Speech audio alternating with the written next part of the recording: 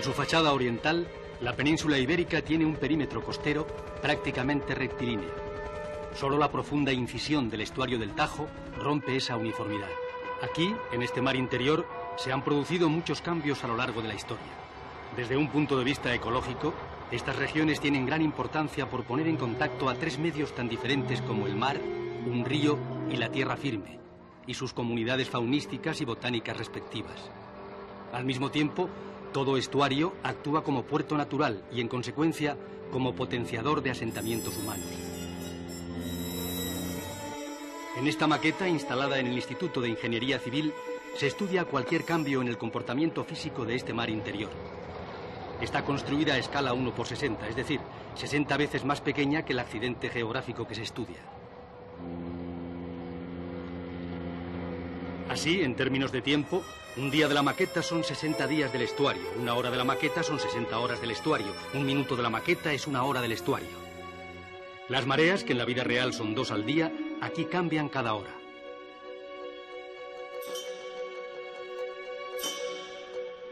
Hoy, a pesar del moderno equipo técnico que literalmente efectúa la radiografía del estuario, la situación de desequilibrio ecológico se agranda bajo el peso de la ciudad de Lisboa y todo lo que su crecimiento conlleva. Lisboa, en efecto, bulle entre febril actividad. 1,5 millones de habitantes, 600 por kilómetro cuadrado. El mayor puerto natural del Atlántico europeo, con un tránsito de más de 8.000 barcos anuales. La concurrencia de refinerías, astilleros, cementeras, petroquímicas y una ingente área de servicios conforman el conjunto urbano e industrial más importante de Portugal. Un cúmulo de actividades que, si bien permiten los medios de subsistencia a grandes contingentes humanos, están creando una inquietante situación que puede servir como modelo de los problemas que hoy aquejan a muchos otros enclaves acuáticos del mundo contiguos a zonas densamente pobladas.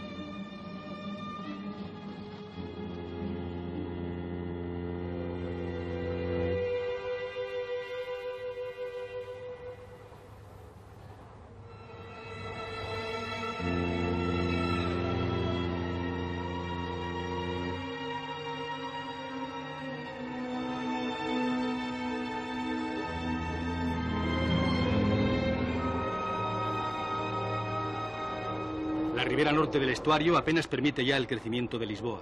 Por tanto, se ha impuesto la creación de auténticas ciudades dormitorio al otro lado del estuario, como Almeida, a la que se accede masivamente por medio de transbordadores. Junto a esta auténtica ciudad satélite están situados los gigantescos astilleros del Lisnave, al que acuden los petroleros más voluminosos que hoy surcan los mares.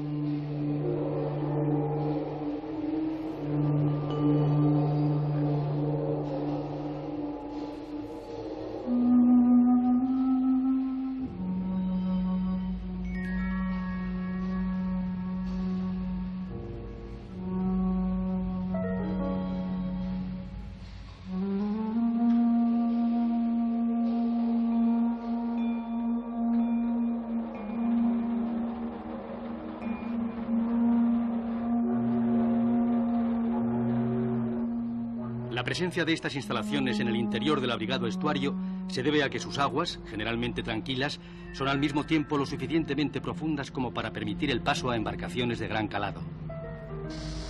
3.000 operarios prestan servicio en esta especie de enfermería para navíos.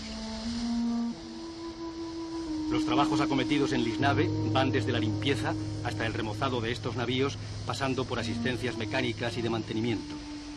En consecuencia, la contaminación directa deja sentir sus efectos sobre las aguas. Pinturas altamente tóxicas y los restos de petróleo que quedan en las bodegas van a parar al estuario con harta frecuencia.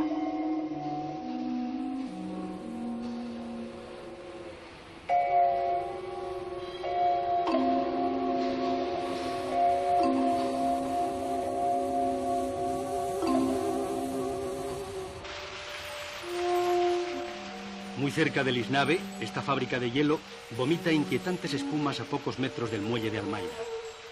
Ríos de amoníaco, vertidos sin contemplaciones, vienen a subrayar el enorme desprecio con que tantas veces el llamado hombre civilizado trata a su entorno natural.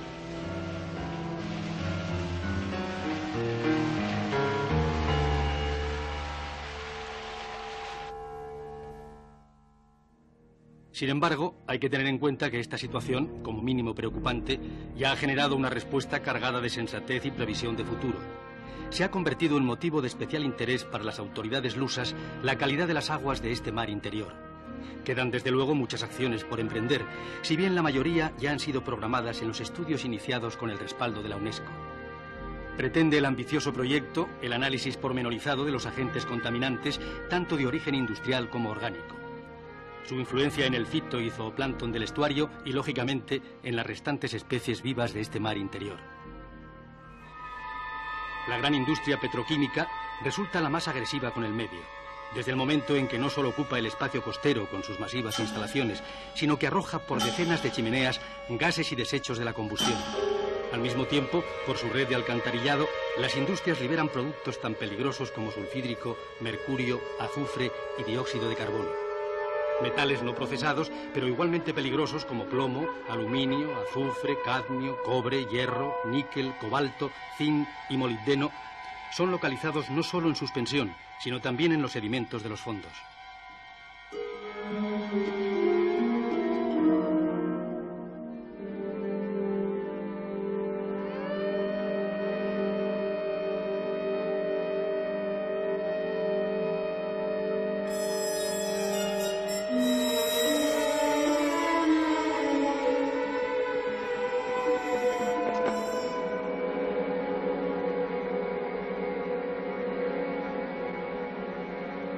Quedan todavía por cuantificar los valores numéricos de las concentraciones de todos los elementos contaminantes que acabamos de reseñar. Si bien se estima que en su mayor parte no son preocupantes, sobre todo por la constante renovación de las aguas, aunque pueden llegar a serlo si continúa su actual ritmo de crecimiento.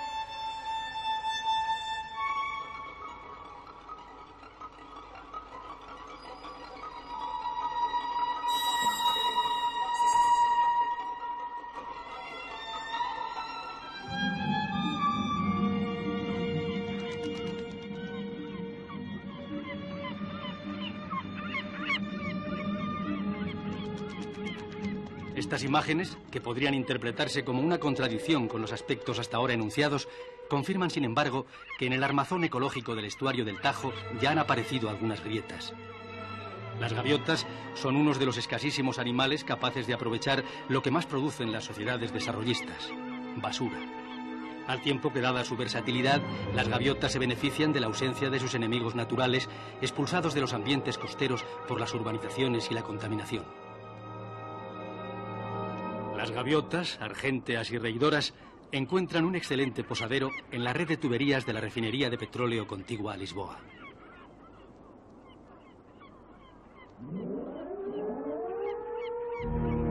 Para llevar adelante el estudio de la contaminación del estuario del Tajo, se ha creado una red de vigilancia que permita dar la alarma si por cualquier factor baja todavía más la calidad biológica de las aguas. La Dirección General de Aprovechamiento de los Recursos Hidráulicos es el primer implicado en el estudio de las diferentes contaminaciones. Para ello, cada 2 semanas se realizan una serie de salidas a la mar con un delicado instrumental destinado a varios tipos de muestreo. Porque, entre otras operaciones, se debe conocer la calidad de las aguas de diferentes niveles y zonas, medir la velocidad de las corrientes y la amplitud de las mareas. La principal consideración a tener en cuenta a la hora de enfrentarse a una realidad natural es lo inaprensible de la misma por su constante cambio y renovación. Estamos, en efecto, en una comarca donde los límites de lo urbano y lo natural no quedan claros. Los valores de la salinidad, la amplitud de los movimientos del mar y los aportes de contaminantes tampoco responden a un solo patrón.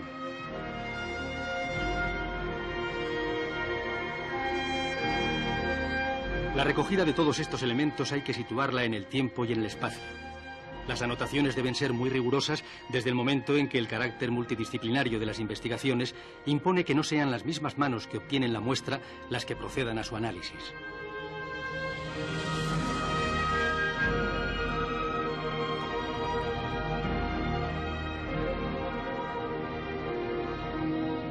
Dos veces al mes, el laboratorio del Instituto Nacional de la Salud recibe varias docenas de envases conteniendo agua del estuario.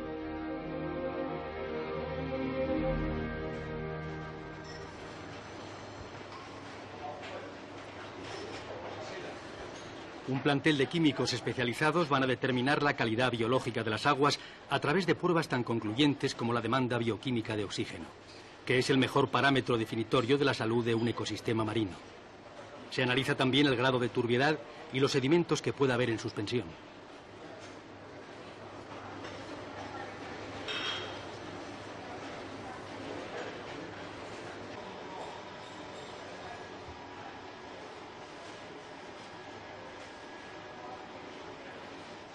Cualquier metal disuelto llega a ser detectado por los espectrógrafos de alta precisión.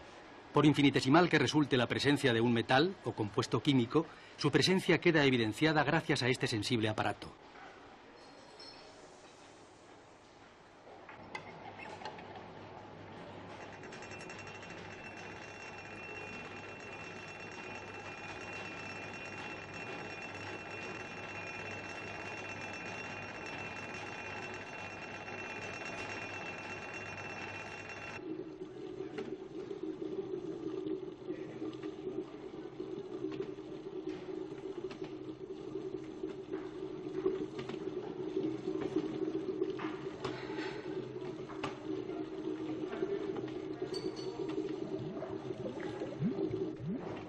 Pero no todo culmina en este laboratorio, ya que a la contaminación de origen industrial se suma el caudal de las cloacas, que aporta un conjunto de residuos orgánicos a los que acompañan una serie de bacterias y virus que pueden dañar la salud no solo de las aguas, sino también la de aquellos que hacen uso del mar como lugar de esparcimiento.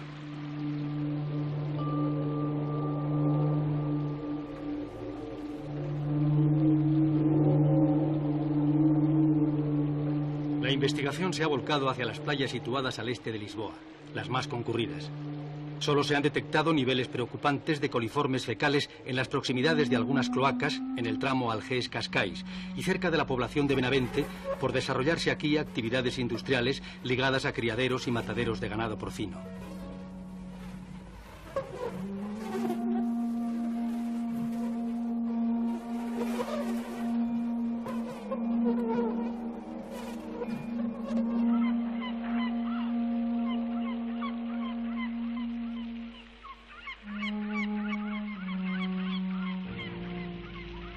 Como ya indicamos, las gaviotas apenas ponen reparos al consumo masivo de los restos alimentarios que, una vez arrojados por las cloacas, quedan al descubierto con la marea baja.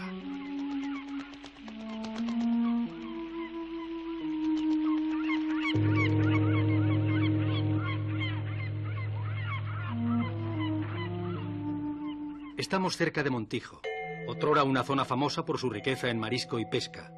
Aquí abundaban las ostras, pero los contaminantes provocaron una extraña reacción. Ostras dos bancos de ostras que existían por todo lado y que hoy están reducidas prácticamente. Para defenderse de las sustancias tóxicas, las ostras fueron engrosando con sucesivas capas de madreperla su ya espesa concha hasta que el ser vivo que en ella se escondía no pudo controlar su propia coraza y murió literalmente asfixiado. En cualquier caso, entre los supervivientes hay otros testigos más directos e inmediatos de la calidad de las aguas, porque la toma de muestras no se limita al líquido, sino también al plancton, ese conjunto multitudinario de pequeños seres, casi microscópicos, unos vegetales y otros animales que representan el primer peldaño de las pirámides ecológicas de los medios acuáticos. Un sinfín de vertebrados e invertebrados almacenarán en su cuerpo cualquier elemento tóxico que se haya incorporado en el plancton. De ahí la importancia de su estudio.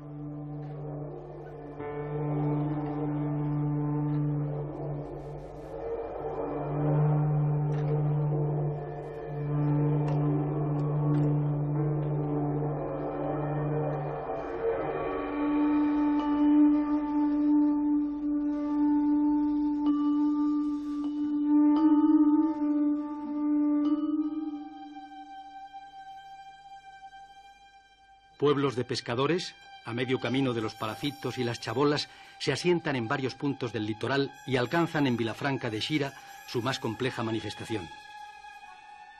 Pequeñas habitaciones adosadas literalmente unas a otras, dificultades en el abastecimiento de agua, aglomeración e insalubridad como compensación a la siempre dura tarea de llenar las redes.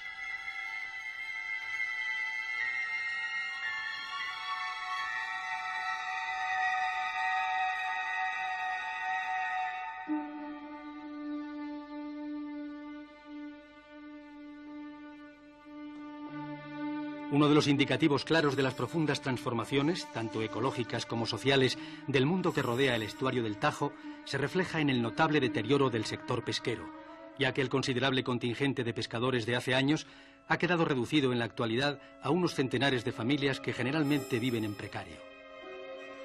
Se trata de una economía de subsistencia donde todos y cada uno de los esfuerzos y prestaciones resultan vitales para el mantenimiento de la familia. Un ciclo cerrado en torno a la pesca que implica un régimen casi perfecto de autarquía, es decir, que todo es conseguido o reparado por los propios interesados, desde las embarcaciones y su instrumental hasta los aperos de pesca.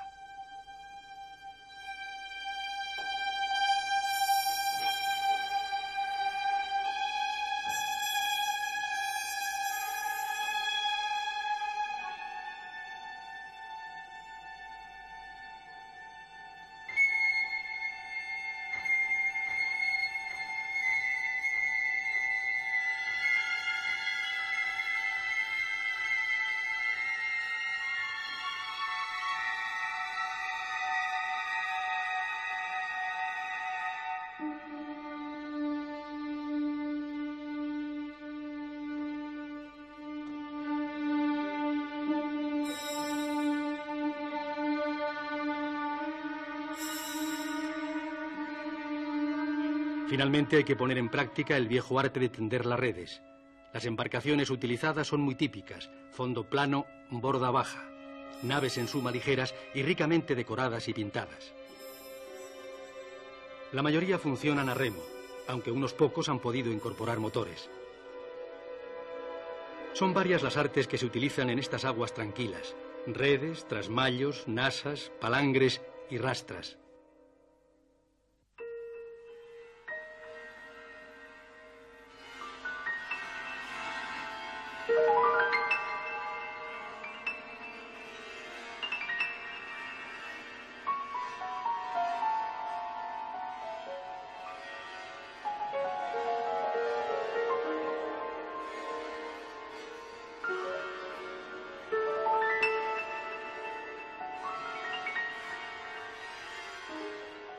Los bajos fondos resultan un lugar adecuado para colocar las redes en semicírculo, anclándolas con largas pértigas. Y así llega la hora de la casi segura desilusión, pues la cosecha resulta frecuentemente escasa. Las causas de la crítica situación que atraviesa el sector pesquero habría que buscarlas en la clara disminución de la riqueza piscícola debido a la progresiva pérdida de calidad de las aguas.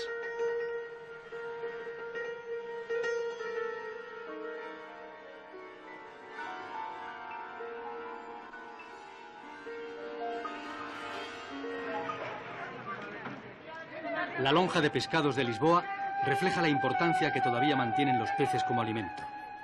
Muchas de estas cajas y cestas contienen animales capturados en caladeros atlánticos lejos de estas costas.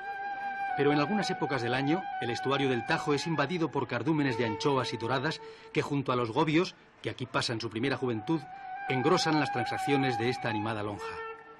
Lisboa no ha perdido, en cualquier caso, su centenaria vocación comercial, una buena parte de la cual todavía se basa en bienes alimentarios, y más concretamente en los que se extraen de las aguas. Una riqueza claramente en peligro si continúa la actual situación, pues no pueden olvidarse las consecuencias del agotamiento de los principales caladeros oceánicos.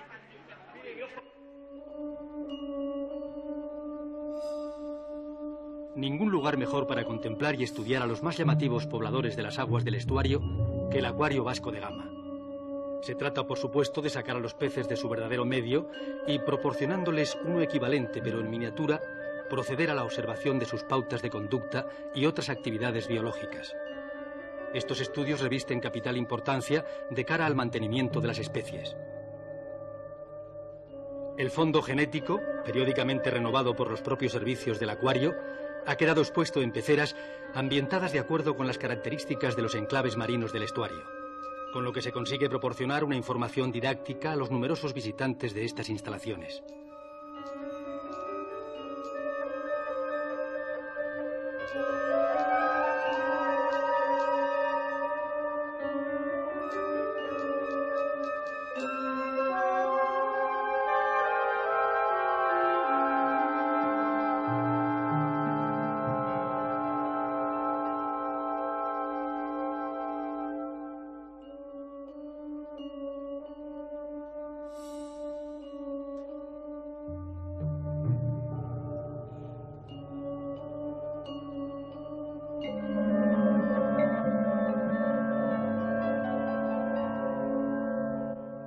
El caballito de mar, uno de los peces más extraños de la creación, ha modificado no solo su morfología, con esas aletas dorsales que mueve como si de una hélice se tratara, sino algunas pautas convencionales de conducta. Durante la reproducción, es el macho el que toma los huevos de la hembra y los guarda en una bolsa ventral. Cuando los embriones se han desarrollado, se verifica un extraño parto protagonizado por los machos en lugar de por las hembras.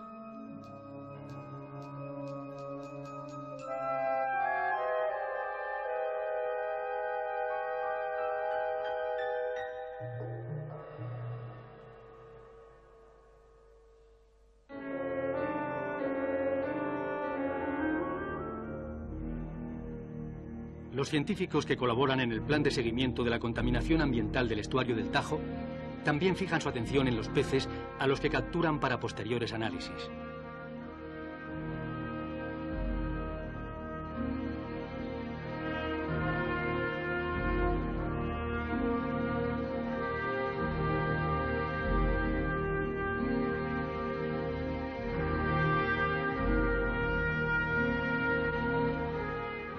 El carácter sistemático de las investigaciones obliga, por un lado, a los más rigurosos controles y, por otro, a un muestreo sumamente amplio.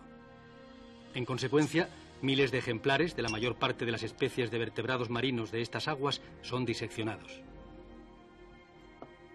Estudios histológicos a nivel de los otolitos, es decir, las células de crecimiento externo donde se aprecia la edad de los ejemplares analizados, revelan las más pequeñas diferencias de tamaño para grupos de edad similar.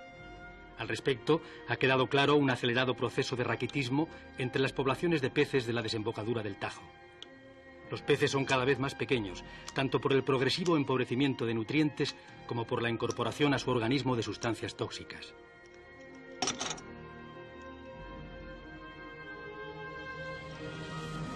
Se busca establecer, en primer lugar, el grado de acumulación de contaminantes en el organismo de cada pez, sobre todo insecticidas y metales pesados.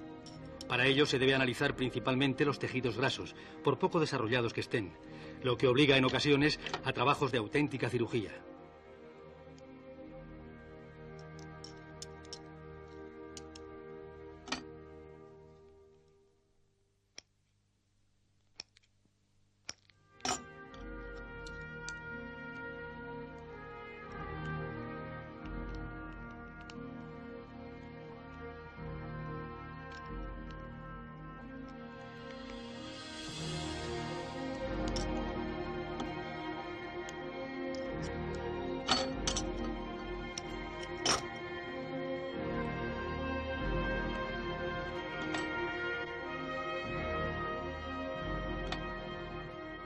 Los panículos y vísceras extraídos deben ser conservados en formol para los posteriores análisis.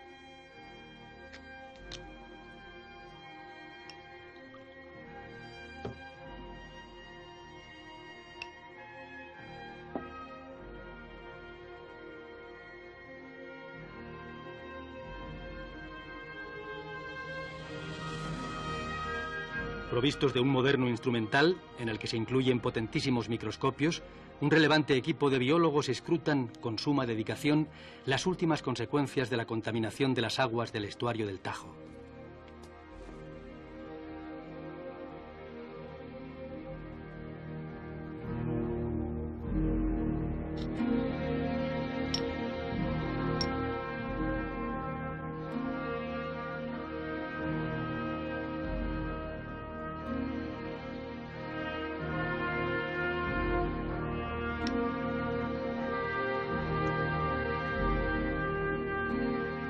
La más cuidadosa de las dataciones acompaña a estos trabajos, ya que más tarde toda la información es procesada estadísticamente. Un solo miligramo de insecticida detectado en una muestra, aunque solo sea como promedio, resulta tan crucial que no puede escapar a los análisis químicos y matemáticos.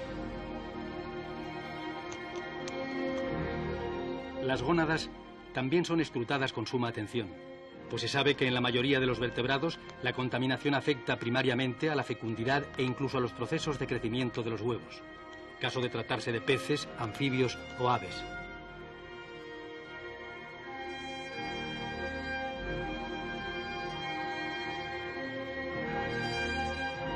Tal vez como final pueda ayudarnos la siguiente reflexión. Un gramo de mercurio puede trastornar todo un complejo sistema natural, que a su vez es como una simple mota de polvo en nuestra inabarcable biosfera. Un mundo que, aún así, dejaría de ser lo que hoy es si se perdiera esta joya que llamamos estuario del Tajo, un medio natural claramente amenazado por el hombre. Afortunadamente, se ha tenido la suficiente previsión como para poner en marcha un complejo plan de estudio que seguramente permitirá salvaguardar a estas aguas de un futuro todavía más negro.